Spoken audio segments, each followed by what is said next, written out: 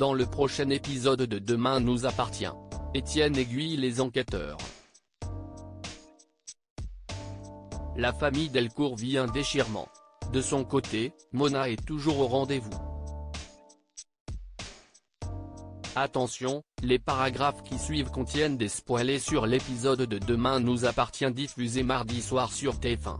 Si vous ne voulez rien savoir, ne lisez pas ce qui suit. Mardi 2 janvier dans Demain nous appartient. Judith à nouveau sur le départ Nord et Judith se retrouvent au Spoon pour parler de leur projet 2024. Nord confie à son amie qu'elle culpabilise d'avoir fait souffrir Soraya et Gabriel, d'autant plus qu'elle ne ressent plus rien pour son ex-petite amie. Judith lui conseille de laisser sa sœur vivre son histoire d'amour. Nord va-t-elle suivre ce conseil? Au déjeuner, Chloé organise une raclette en famille pour le départ de Judith. Renaud et Marianne sont conviés au repas, mais comme souvent, la médecin critique tous les faits et gestes de sa fille, et encore plus maintenant qu'elle sait pour son projet d'école d'infirmière. Judith en touche un mot à Renaud, ce qui n'échappe pas à Marianne. Les heures passent et l'heure du grand départ a sonné. Judith retrouve son père pour un dernier moment de complicité. Alex en profite pour lui dire à quel point il est fier d'elle. Chloé les rejoint et prend son mari et sa fille dans ses bras.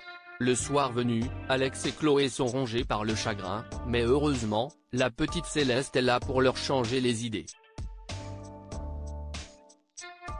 Georges et Mélodie se rapprochent à l'hôpital Saint-Clair. Georges rend visite à Victoire pour de simples courbatures.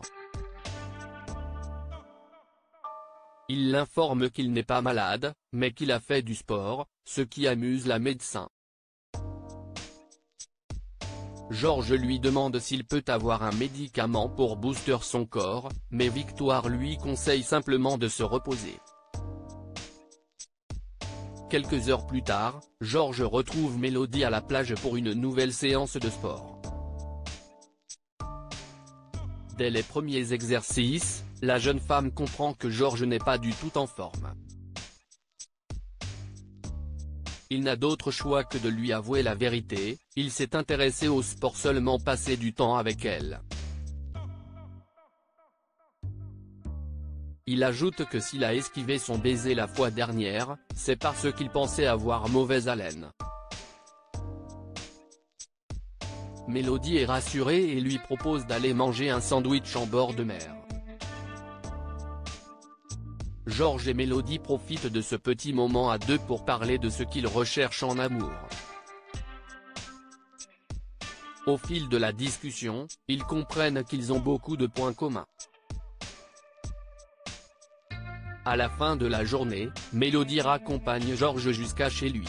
Alors qu'ils sont sur le point de s'embrasser, Mona débarque en pyjama.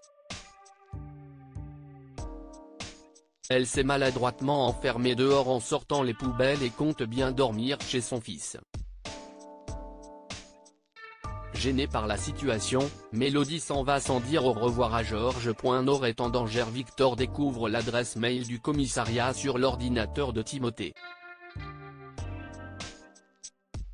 Après un long silence, ce dernier avoue la vérité à son père. Il a volontairement laissé le document avec le nom du coupable sur l'ordinateur de Roxane. Objectif ? Prouver qu'il est capable d'intégrer la police technique et scientifique. Bruno est inquiet pour son fils, car il risque gros pour avoir hacké le compte de la police nationale. Quelques minutes plus tard, Timothée révèle à son père avoir également pris le contrôle des caméras de surveillance de la ville pour tenter de retrouver le deuxième agresseur avant la police. Au même moment, il découvre une vidéo avec un Père Noël. Timothée panique et s'exclame « Ce n'est pas possible, ça ne peut pas être lui ». Pendant ce temps, Alex constate que la porte de son Maestro-école a été forcée. Soudain, un individu s'enfuit du hangar en courant. Quelques minutes plus tard, Sarah arrive et constate que cet homme squattait les lieux.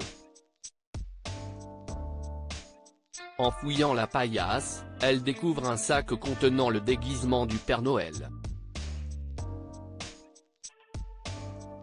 S'agit-il de l'agresseur de Philippines? Au Spoon, Manon croise son oncle, Étienne.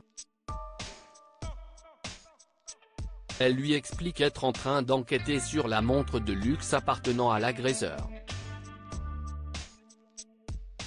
Étienne propose d'y jeter un œil et soudain, il déclare d'un ton inquiet, « Je crois que je sais à qui appartient cette montre ».